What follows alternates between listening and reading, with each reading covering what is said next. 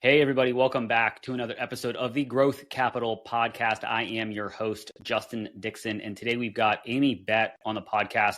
She is a co-founder and CEO of Melo, which is a sparkling kava beverage. Kava is the root of a plant that grows mainly in the Pacific Islands. It's an interesting conversation with Amy because she's an entrepreneur. She started her company, Melo, in Australia, which is where she's from, but realized that you actually can't sell a flavored kava beverage in Australia. So she realized that she could in the US. So she picked up and moved herself only, came to the US, rented a room in somebody's house in Los Angeles to start the business here in the US. Now her family is here and she is scaling. So it's a very interesting episode kind of her journey from being a W-2 employee to being an entrepreneur, moving from Australia to the US, and really kind of how she's scaling her business. So I think you'll get a lot out of this episode. So let's get Amy on the pod. Interested in hearing conversations with private equity leaders, CEOs of private equity-backed companies, and startup entrepreneurs where they share their stories about their career journeys, starting, investing in, and scaling successful businesses, and the important role that having the right talent plays in building a successful business, then you are in the right place. Welcome back to another episode of the Growth Capital Podcast. Here's your host, Justin Dixon.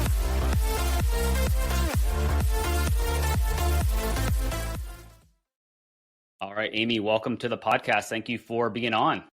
Thank you so much for having me, Justin. I'm excited. Yeah, well, let's jump right in. I guess give us a little bit of an overview of who you are, where you are, and what you're up to right now.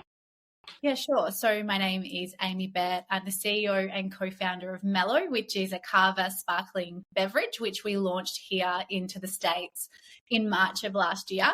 You might hear that I have an Australian accent. So I'm from Australia, created the foundations of the company whilst living in Australia, but I've now moved over to Los Angeles and I'm growing and leading the scale of the business from here. Got it. So I guess, so when did you officially start the business in Australia? So we had the idea from Melo late 2022. So we were working on it for a couple of years really before fully having a product in our hands and selling to customers. Got it. So let's talk about I always like to hear like the entrepreneurial journey, like how did it, and I read the website, so maybe it's exactly the same story on the website, but like how did you come up with it? Why did you come up with it? Like what's the origin story of Melo? Yeah, so I can share with you the real story of what happened. And not that the website is fake, but there's a bit more, I guess, of a moment in time that created our drink. So I had a project management background working for a global retailer, like a fast fashion retailer, moved into online business and was really focused on making something of myself, becoming a high performer. And at the time I've been the breadwinner of my family since 2017 when my husband suffered a brain injury that ended his corporate career. So I felt a lot of pressure to make, a decent income so that we weren't a single income family. And throughout that journey, I felt like the only thing really holding me back or making me not hit my health goals and not really feel like the best version of myself was alcohol. So not that I've ever been a alcoholic ever, or not that I would say that I've been an extremist when it comes to alcohol, but when you become 30 and you're a mum, you can't drink like you used to. And so I went out on my own mission to find something that helped me to still have a relaxing feeling. Non-alcoholic drinks that didn't have any effect at all really, it wasn't of an interest to me. I'm Australian. We love to have a good time and life is stressful. So I felt like unless I could find something that would give me some kind of feeling, I felt like I wouldn't feel like the same of what I was looking for. But there was a moment where I had a beautiful opportunity to go to Bora Bora of all places. Like imagine serene and beautiful place in the world. And I was there for a business retreat working on my health goals and my business goals and what I really wanted for myself. And I genuinely felt awesome. But then I came back to Australia and literally within days, like that following weekend, it was my best friend's wedding. And I got into old habits immediately, had a 3-day bender and woke up in bed, not really being able to get out of bed. And I was hungover for days. And I just had that, like, I never had such a differing situation in such a short amount of time. I like still remember how great I felt to then the complete opposite, where I lost all that motivation and that like energy within myself, and I just felt like crap. And so it wasn't until I was actually truthfully like kind of having a bitch to my business coach about myself and being angry at myself for going into old habits so quickly after just having this transformational experience. And she was like, oh, look, have you heard about kava before? There is a root, a plant from the Pacific Islands like Fiji and Vanuatu. Funnily enough, I know you're in Austin, Justin. Well, she was based in Austin. And cool. She was like, there are all of these entrepreneurs in Austin that drink kava in like a tincture. She's like, it tastes terrible, but the feeling is great and people are switching alcohol for that. Well, as soon as she said that, my mind like literally exploded, because close to Australia is the Pacific Islands. And I have friends and one of our major shareholders whose family had ties in the Vanuatu and Pacific Islands. And later we found out that they actually had like owned a kava farm. So it was almost like things were meant to be. And we decided to see if we could transform the traditional kava experience. Like kava tastes super bitter and earthy. It's gritty. It's not a nice experience, but the effect, the calming feeling over your body is amazing. So we set out to see if we could create a kava drink that tastes good. And that's what we did. So there's a lot there. And I guess kava, so it's a plant, it's a root. Maybe talk about kava, and then I want to go back to some of the other kind of origin story a little bit. But yeah, maybe let's dive into kava, because I had not heard of it before, even though I'm in Austin. I was telling you off air, like my wife and I are always looking at like interesting kind of non-alcoholic beverages, because while I don't mind a bourbon from time to time, it is nice to just sit in the pool and relax with a non-alcoholic beverage and still feel like you have had a drink or something, and it's a nice wake up the next morning versus you want too many. So yeah, let's talk about kava, and then we'll go back into some other stuff. Totally. And I'm with you. I don't actually like labels. I still love a margarita on a Friday night or a glass of wine every now and then, but kava is that great drink that you can replace, a large portion of your alcohol and still have that effect. So what kava is, as I said, it's a plant from the Pacific Islands. The root of the plant is what has an active ingredient called a kava lactone. And those kava lactones are what give your body that calming, relaxing feeling. So I like to explain, and this is the way that the leading kava scientists talk about kava, is you can think about it like coffee, where coffee gives you like an upper, like a stimulant. Kava is the opposite. It's within the same kind of family as being like a natural root or a plant, but it relaxes you. But it's non-psychedelic. It's not addictive. When you drink kava, of course, everything in moderation, but when you drink noble varieties of kava, it's really healthy for you. It's anti-inflammatory, and it's not going to make you feel high or inebriated. It's think about it almost like a muscle relaxant. There's all of the Pacific Island footballers, they drink kava after footy for, relaxing their muscles and calming back down. We've actually had a couple of, what do you call them, cyclists, but they're triathletes. They've actually Melo and looked at their resting heart rate overnight and noticed a drop, which has been interesting. But it's one of the only active ingredients that does give you an effect that is non-psychedelic and non-addictive. Got it. And so how long did it take for you to realize, hey, that you coincidentally were told about kava and then coincidentally knew somebody that just happened to own a kava farm, right? Which is like, obviously stars aligned. You were meant to do this, it sounds like. And so how long did it take to get it from this earthy, bitter, not great taste to a drink that you could sit by the pool, sit in your house watching, Netflix, whatever, and enjoy? Like, I don't know if you have like a chemistry background or how, like a food scientist, like how did that all work? I wish. So we basically took the kava root and we brought it over to Melbourne to start with, and we started working with a food scientist in Melbourne to extract it out and start playing with formulations. And it didn't actually take a very long time to find a baseline. Like it probably took us a month of working with this lady, the flavor scientist, to get it to a point where we're like, holy crap, like this is way better than everything else on the market. We had tried samples from the US and from Australia, and honestly, it tasted, in my opinion, undrinkable, like nothing that I would swap a cocktail for, or I knew that my friends definitely wouldn't drink it regularly, or like they'd shot it maybe with a chaser, but yeah, you know, it wasn't going after the experience that we were going for and the use case that we wanted.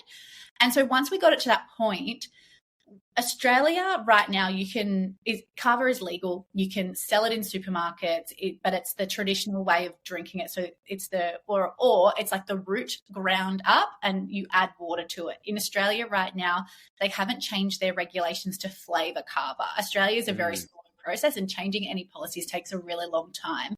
So as soon as we understood that was a medium-term priority of the government, which could have taken 5-10 years, we'd already done some research in the US. So we decided that we had an idea here that we felt was good and there was a gap. So we decided to go after the US market. So the longest time it took was to actually find a co-packer that was familiar with kava, that would work with kava, but also was good at flavors. And that took like months, like maybe 3-4 months of searching, calling. You've got a lot against you when you're a new founder in a beverage space, because a lot of co-packers, they don't care. They're like, you know, if you've got low minimums, like you're basically a waste of our time. It's more expensive for them to work with someone that's new based versus, you know, big velocities coming through. So we finally found our like perfect co-packer. They already had experience with kava. They had a couple of their own kava teas and products. And I never forget flying to the US and turning up and sitting in this like boardroom and tasting the first samples of what they had refined. And it was a different extraction method. And I was like, wow, like, oh my God, we're onto something here. Like, how quickly can we get it to market? And that process from there, like that first process took time, but it was kind of seamless. But it was the next stage that I realized that you have to have a thick skin to be a beverage founder. There are so many production problems that, you know, that we faced, and other issues that we faced that, you know, could have and probably should have taken us out of the game pretty early.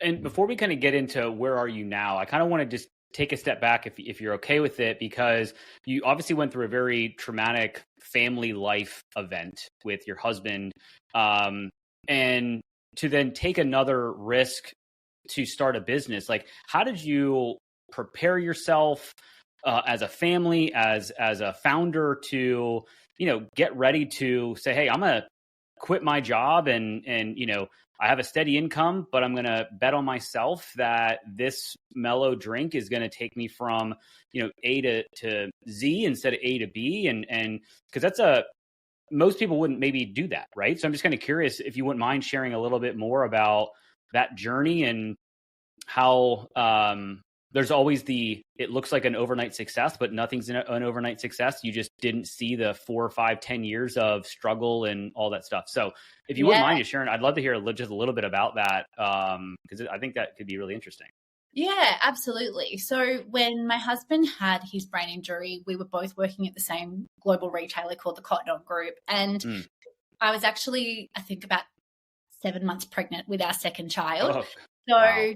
My role was organising charity fund runs all around Australia at that time. And so I was doing a lot of travelling, and it became very obvious over time when we really started to understand my husband's brain injury more so, that not only did he have to finish his career and he couldn't be on a computer screen for hours on end that he used to. He used to be a planning manager, so he would do all the demand forecasting and the analytics and understand how much of stock and you know, items needed to be in those stores at any one time. And he couldn't do that anymore. But not only that, he wasn't well enough to take care of our child. So we were in a bit of a predicament, and my other child as well, that I was like, okay, things have to shift. So I actually had to leave my job at Cotton On, and they were extremely supportive. They're amazing. I'm so lucky. So I first and foremost went into a I created an events business that I could have at home in Geelong where we lived, and Cotton On actually subcontracted me to organise some of their events, and then that led to other big corporate companies helping. And that was awesome, but I was burning out and I was just working really, really hard over 3 years. I'm like, I'm really interested in entrepreneurship and the online space.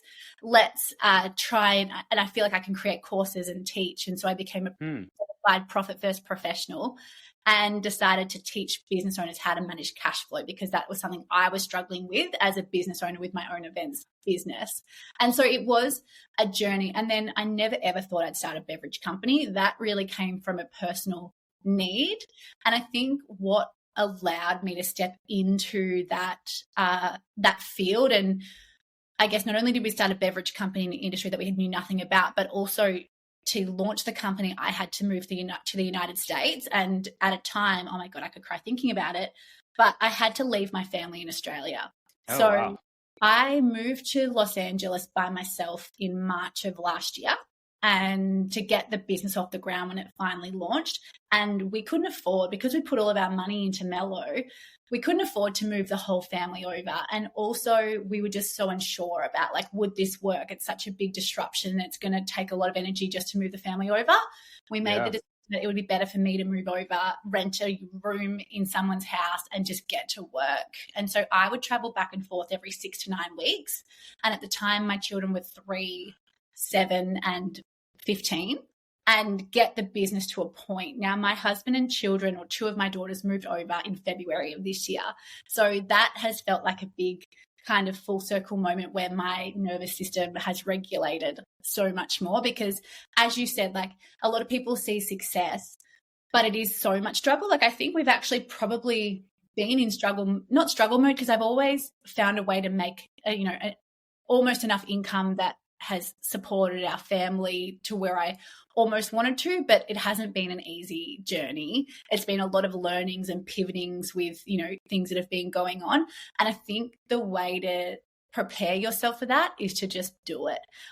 My mindset and my faith in life and just my spiritual faith and everything has allowed me just to kind of take those steps. Like, if you really believe in something, it's going to be challenging, but you're going to figure it out. And I've also been very lucky to understand very quickly that you need to find the right people to surround yourself with. So I found the right mentors to kind of annoy as much as I could, and ask them all the questions and get them to help me, to guide me through this process. So sorry, that's probably a lot, but that's been our journey. Well, yeah, I mean, it's thank you for sharing that, because it's fascinating that, you've gone through multiple businesses, right, that you've started. So you've always had this bug, this entrepreneurial kind of itch to scratch. But the fact that you moved kind of before the business was really kind of off the ground, because you couldn't sell it in Australia because it was illegal to sell it flavored. So you had to kind of take a very big risk to move to the US, rent a room in somebody's house. So you're obviously not living in the lap of luxury, although you are in LA, which is a nice place to be. But you're essentially putting all your chips into the middle of the table and betting on yourself, betting on Melo, and so is your family. And I commend you for that, because that is, again, like I said before, it's not something that everybody would do. So congratulations on that. And I guess now that your family's here, you're living in Beverly Hills area, where is the business now? Like, so you've been selling it in the US since March of 24, so a year and a half almost. So where's the company now? Where's the business now? Like, let's talk about that. And also, where can I get it? Because that's the next question that I know my wife will probably ask me when I tell her about this podcast. I'll send you some. But so we are going through a great period of scale right now. When we launched, it took us a while to get off the ground. Like, I didn't really have many connections in the US, didn't really know the industry that well. We just knew the plan of how we wanted to launch. We launched online on Shopify and Amazon, and we did start to scale, but we, as a beverage company, postage is very heavy. It's a really cash intensive process. And so we were burning money pretty quickly. And we were getting the sales and we were getting repeat customers and we were getting subscribers, which was awesome. But that cost of acquisition was quite high. And retail, there wasn't enough education about kava at that time. Like even a year and a half ago, that was really early for kava to get into mainstream retail that we're in and scaling into further now. So we decided to change our tact a little bit and start to apply to pitch slams at food and beverage conferences. So Expo West, Fresh Time Pitch Slam, BevNet Live, Beverage Forum. And funnily enough, we started each one either had 200 applications or 100 applications, and we got into honestly almost every single one into the top 15 and onto the stage to pitch. And that allowed us to get in front of the retailers, the investors, the distributors, everyone that we needed to within the industry, and have our voice heard and hear about what we had created. And so our business had been 99% online driven to now, we've gone from 20 independent or maybe 30 independents to now we'll be in 1,000 supermarkets by December. So we won the Fresh Time Pitch Slam at Expo West. That got us into their 70 stores into the Midwest. We're in Bristol Farms and Lassen's. We're launching into all of the Bevmo stores, which is 140 in California, and that will grow further into other states once we prove our velocities. We are launching into Specs in Texas, nice. over your way in Texas later this year, which is awesome. One of 4 non-alcoholic brands going into their new non-alc set that they're creating. And then we were approved into Sprouts, which we're so excited. We'll have our first national launch into Sprouts later this year. We're still waiting for our first PO. So, I've found that sometimes these things, we're so excited. We're going in there. We haven't got the first PO yet, but that will be our first big foray into being the brand that I always kind of envisioned us to be. Yeah, no, that's amazing. And definitely we'll keep an eye out for the launch at Specs. And I guess, so that's an interesting tactic that you took because, I've watched enough Shark Tank, and anytime there's a food or beverage kind of pitch, the biggest question is always customer acquisition and how do you get the aisle share necessary to scale, right? To actually get into these retailers and repeat customers and repeat orders and all that fun stuff. So but you kind of took an interesting approach that you actually was all right, how do I get in front of these people without paying or cold calling them? It's let me go to pitch competitions. And is that how you kind of started to break down the barriers and kind of say, well, you're getting on stage, you're winning, you're getting to the top 10, top 15. Did that make those conversations, whether they were live at the event or follow up, that much easier? Yeah, so much so, because all the retailers were at that conference and those conferences. And because not only did they hear us pitching on the stage and hearing why our product is unique in the market and how it's differentiated to a THC drink or an adaptogen drink that doesn't really give you a too much of a feeling, but they heard the judges' feedback. And that was what was really brilliant for us, because we got really great feedback on taste and packaging and effect. So I remember we have a banana cream flavored drink, a banana flavored drink, which is really odd. Not many brands have a banana flavored drink, but it did give us a differentiation point, and all of these judges kept talking about this banana drink. So at one point after the pitch at BevNet, we had a drove of everyone literally in the room coming straight to our stand, and a big massive line of people wanting to try this controversial banana flavor.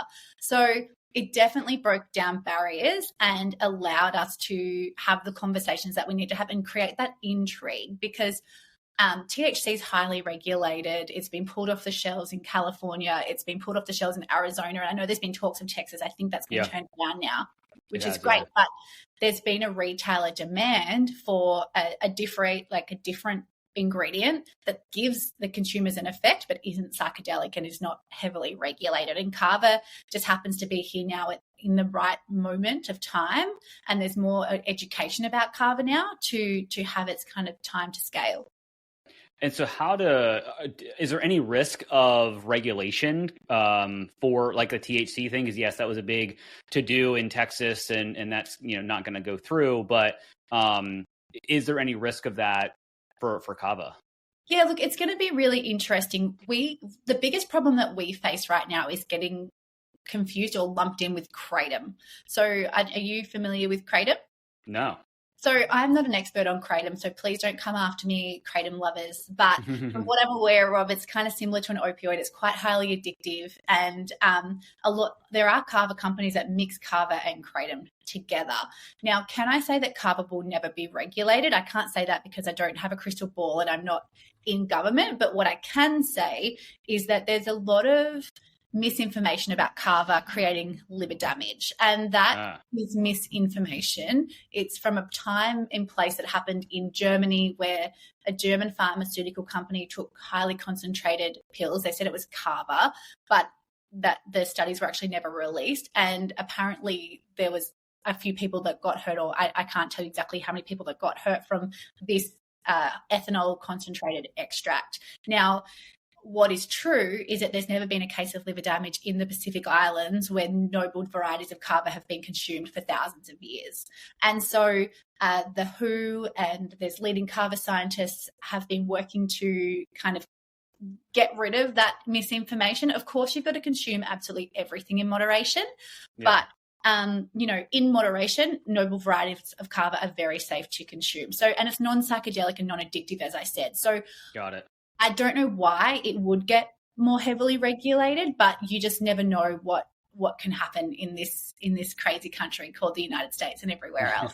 But one other quick thing just to mention on that, I don't want to take too much time, is we have a partnership with the United Nations, and we're working really closely with them. They've got a kava project specifically for the Pacific Islands, so we are actually working with them as well to help to speed up some of that research and get out the accurate information. Is that so? It's also, I guess, is there a risk of lack of supply? Like if it's only grown in a few islands that are, halfway around the world, like how does that impact? And, let's talk about tariffs. Like, I don't know if this is impacting you or not, but, like what's that kind of look like from a scale? Like, let's say, I don't think I've got the same reach as the Shark Tank, but let's say somebody listens to this and they go buy 1 million, cans of it. Like, is that an issue as well as you think about scaling the business? Yeah, look, we have to monitor that really, really closely and work with the right people within the Pacific Islands, which is what we're doing with the United Nations, to make sure that supply is rampant and they're growing kava as they need to for the scale, because kava is the Pacific Islands' biggest export. It's the export that makes the country money. So it's really important to their economy to be planting kava in a sustainable way to ensure that, that they're bringing in the money for their families and their communities. Now, the good thing about kava is that 20 kilos of kava root creates 10,000 cans. So it is a really potent ingredient that you don't need like a ridiculous amount to create quite an abundance of kava drinks specifically, which is what I'm talking about. Yeah. But absolutely, the biggest threat that we see for kava is natural disasters like cyclones. And so we have, particularly for Melo, de-risked our business by creating multiple relationships with direct kava farmers and companies to help to move around where the supply comes from. Like Vanuatu in itself has 80 islands, and then there's Fiji, Samoa, Tonga. Like there's a lot of islands within that. But sure, like kava takes 18 months to grow. So it definitely is a factor that, is being worked on now to make sure that future supply is can be kept up with. And can you grow it in other places? Could you move it to the US? Could you move kava production, at least some of it, to the US as a hedge to, because obviously natural disasters could happen and then it's not a flip of the switch to get the production back online. Is that even like possible? I don't know if we can grow it. So they grow it in Hawaii as well, okay. But I have heard talks on the grapevine of kava plants being grown in Florida, for example. Now, I feel mixed feelings about it. Like I'd much rather do the work to make sure that the Pacific Islands are set up, because it is such a heritage. Like kava is their heritage, and it's such a special plant to their communities that I want to keep it there and give back to their communities and really support what is, third world. I don't know if that's the right word, but some of the areas are quite third world. Absolutely. And so my view is let's support those nations and have our drink not only help consumers in the United States and wherever we grow it with their anxiousness and, with their stress relief and winding back, but let's help communities over there too. Oh, 100%. Yeah, I think as I was saying that, I didn't want to come across as like the American, like, let's bring everything over here or like whatever. But I think it's amazing that you are working with the United Nations on supporting to make sure that they have the things that they need in the event of, a natural disaster, so it doesn't completely wipe out all of their revenue, because if that's their biggest export, like that could really damage their economy, essentially. Absolutely. 100%. What about have you guys raised money? Like, how did you scale? Like, obviously you put a lot of your own capital into it. I know you've got a co-founder, I believe, as well. Like, and then would love to know about how you've scaled, and then what does the team look like right now? Yeah. So, yes, we have raised money through friends and family at this stage. And nice. Funnily enough, almost all of our money has come out of Australia. We've not like the founders putting in a significant amount of money, but then also friends and family around us who just know us and I guess trust us and believe in what we're doing, which is, amazing. But we are now getting to that point where we are scaling, our velocities and our retailers are scaling, and we would love to bring on some strategic advisors and some money from the US as well, and in more of a VC capacity. So we're raising right now, and then we'll do a Series A next year as well. And then when it comes to our team, so we have a small but mighty team. I feel so grateful for the people that work with us. We have myself as CEO and co-founder. We have Nick Payne. He basically is our COO and helps to really lead the profitability and the operational kind of excellence. He came from a Fortune 500 $40 billion agricultural machinery company, funnily enough, and he's one of our biggest investors in the company. But he had a passion and could give his expertise to us, which is amazing when he stepped out of his role there. And so having him by our side, helping us to scale this efficiently, has just been like it's a game changer, and I'm so grateful. We have Zoe, who leads our operations and helps with retail sales. We have our team in Australia that, has, a shareholder on the ground, as I said, with Vanuatu and that connection over there. And then we have my husband. Whilst he doesn't take a salary from the business, he does do our demand planning and our forecasting and financial modeling and data, like ads, media buying as well, because he has that real numbers background. And we do work with a couple of little agencies as well that definitely support us from a content perspective. But yeah, that's our mighty little team at the moment. And are you guys all based in LA? Or are you distributed? Like, always I get the question from people like, what's the best? Is it a in-person workforce? Is it a distributed workforce, like hybrid? Like, what's your kind of focus now? Good question. So there's 3 full-time, like myself, my husband and Zoe here on the ground in the US, and our agencies are in the US as well. Our advisor, like Nick, he's based in Melbourne, Australia, but he gives, at least 20 hours a week to the team. And then we have, we are bringing on, which is like a field sales manager. That's the next role that will really help us as we scale into our retailers to help us with our merchandising, and they will actually lead an internship program so we can have more boots on the ground in the States where we'll be selling. Got it. Fascinating. And I think on the website there's 3 flavors. So maybe share the flavors, and then is there any 4th flavor in the works if you can share? Yeah, so we have our 3 flavors. We have our passion fruit, orange and guava, our banana cream, our controversial flavor, and which people love. People are obsessed with, by the way. So if you haven't tried it, try it and tell me what you think. We've had so many people say, I hate banana drinks, and then they love it. And then we have, lime. So that's our 3. We do have a 4th flavor coming out in December. I'm going to keep it a secret just because it'll be an exclusive. Totally fair. It'll be an exclusive SKU for a retailer for an amount of time. So that's really exciting, but it's a flavor that most people absolutely love, which is, it's really exciting. Very cool. We'll tease it, and then we'll know about it later this year, hopefully, and that'll be awesome. So I guess I'm curious a little bit about, as we kind of wind this thing down. You went through a traumatic family life event, still pursued an entrepreneur journey. I never had any type of a negative family impact to myself, like when I was trying to start a business, but I guess, how do you, like, if somebody's listening to this and like, I can never start a business because of X, Y, and Z, whether it's my husband had a brain injury or I just don't have the money to do it. Like, there's obviously varying levels of I don't think I can do it. But like, what's something that maybe you learned or heard? Because obviously it sounds like you've surrounded yourself with the right people, mentors, things like that. Like, what's some advice either you would give or you got that you want to share that would kind of help somebody take that leap if that's really their passion to start a business? Yeah, great question. Look, I just don't believe that what you want to create is not possible. And I don't and like, yes, I think your circumstances can make it more difficult or more challenging, but I just think you have to think more outside the box. Like, if you don't have money, find people with money. If you don't have the skill set, find the person to help you with the skill set.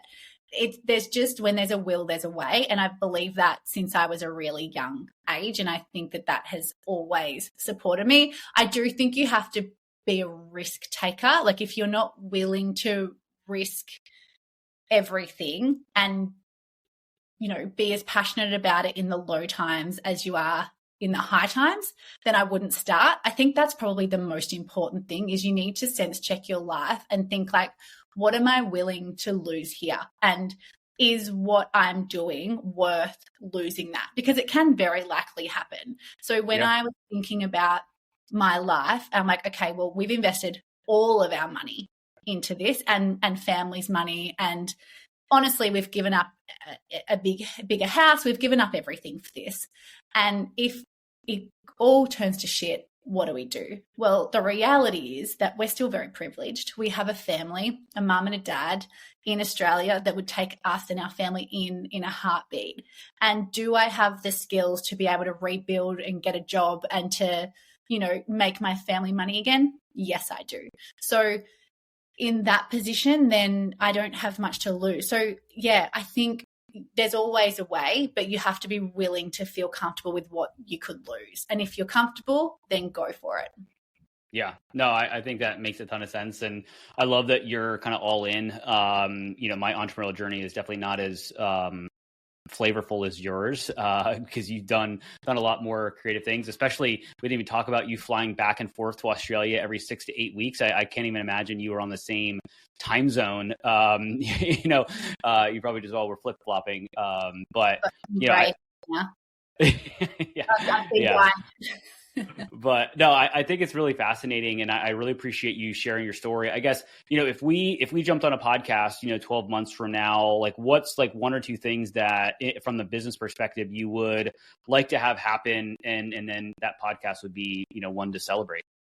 Yeah, look, something that I would absolutely love to happen in 12 to 18 months, and I don't think we've nailed it yet, and I think that we're at the starting blocks and getting there, but I'd love that we have more of a national brand awareness. I really hope that in 12 to 18 months' time, people think about kava and they think Melo straight away, and they've heard about us and they've seen us. That to me would be absolutely winning. And then obviously all of the retailers, 1,000 doors plus that we're launching into right now, I'd absolutely love for our velocities to be absolutely killing it. We're really doing well with our early velocities in our smaller retailers, but that would just be the dream, because those two things really matter in enabling us to continue scaling and become the national brand that we kind of dream about. Awesome. Well, wishing you all of the success possible. So as we wrap things up here, I want to end it like I end every podcast with a 3-pack of questions. First question is, what is an influential book or podcast that you would recommend? I would recommend any book by Russell Brunson. He is the entrepreneur that started ClickFunnels. He has the .com trilogy, because that will teach you how to be resourceful, how to create something out of nothing, and also how to storytell. And I think that if you can be confident to kind of share your story, that will help you with whatever you're doing. And then can I just have a podcast too? Emma Green. Sure. for any female entrepreneur, I love listening to the Aspire podcast by Emma Grede because she's no bullshit. She just says it how it is, and she's really going after it confidently. And I feel like in this industry, you have to back yourself and you have to have confidence. Otherwise, you'll just shrivel away in a corner and not get up. Yeah. Being an entrepreneur is not easy, and you get knocked down way more than you would think and that you would like to. So it's all about, having that thick skin and being able to pick yourself up. So love that. Favorite thing to do outside of work? Yeah, it varies. I'm a bit of an adventure person. So if I had the time and the money and everything at my disposal, you'd find me behind a speedboat with my family, riding on biscuits and wakeboarding and, doing those types of things. But that's not the reality of my life regularly right now. So the small wins that I love doing is just like taking my kids to Home Goods, giving them $20 and finding little treasures to kind of make our little home here in America feel really special, or just going on little adventures that don't cost much, but it's quality time together. Yeah, you don't need to spend a lot of money to enjoy family and friends and all that stuff. You don't have to go someplace crazy. You can, I think that's an interesting idea, giving your kids $20 into Home Goods, because you can probably find some interesting things there for sure. You can be there for hours. I love it. That's great. All right, last question here. And maybe this is on the same theme as the speedboating, but I guess favorite spot to vacation? You can't go past Europe, in my opinion. Okay.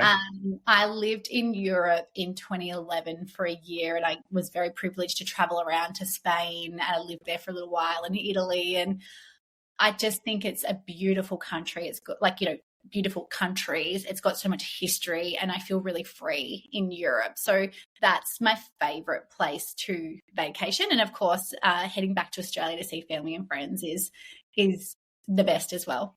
Yeah, and Bora Bora is not anything too shabby either, I would say.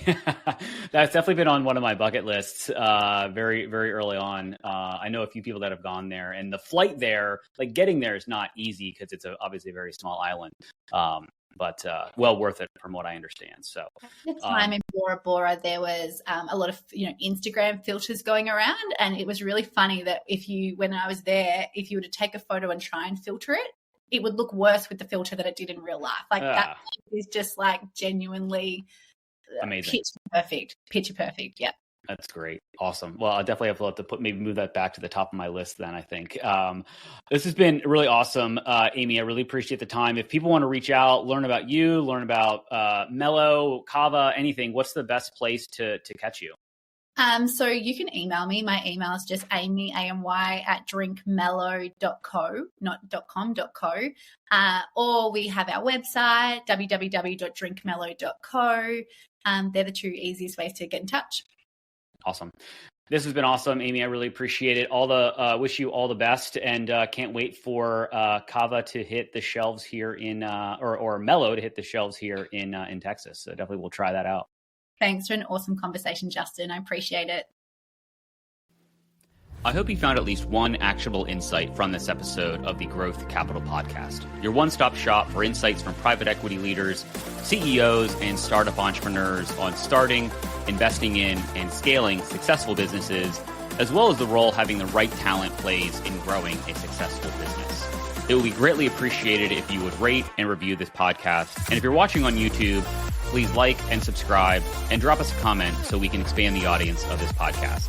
Thank you for all your support, and don't forget about upcoming episodes dropping every Tuesday.